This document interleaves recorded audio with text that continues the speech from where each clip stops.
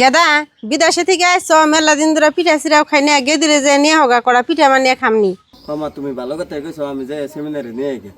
যাও তাহলে মনে করে বিয়ান গবারির ব্যক্তি যে বাদ দিও পিঠা বানিয়ে খামনি। মা আমি গেতাস। ও সেমিনা কেরা ও ভাই আইসো ভালো আছো?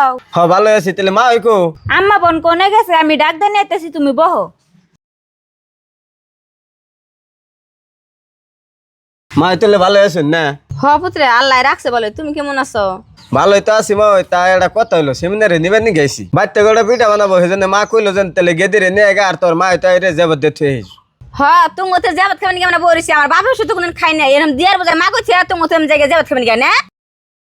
তোমার মায়ের কি বরাদ্দ আছে যে এরকম বাড়ি বলে যেমন মা কোন দিতেছি? তোমার কোন সব নিবেন দেখাই গো? না মা, ওই মা তো অম্ব করে কেন, মা কইছে যে রাত্রে রাত্রে খাইতে যাবো গানি।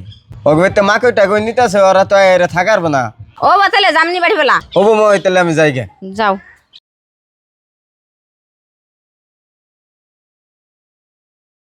দেখছো মা, ওই কিরম মানুষ, ভাবছে যেন সেমিনার যাই রাঙ্গিতে থাকবো, সেজন্য না করছে। এখন শুনছে যেন থাকবো না, আয় বলবো, সেজন্য কয় যাবে নি। মনে কয় এবার বোন বিয়া দিনে বোন মন কয় বেঁচে গেছি।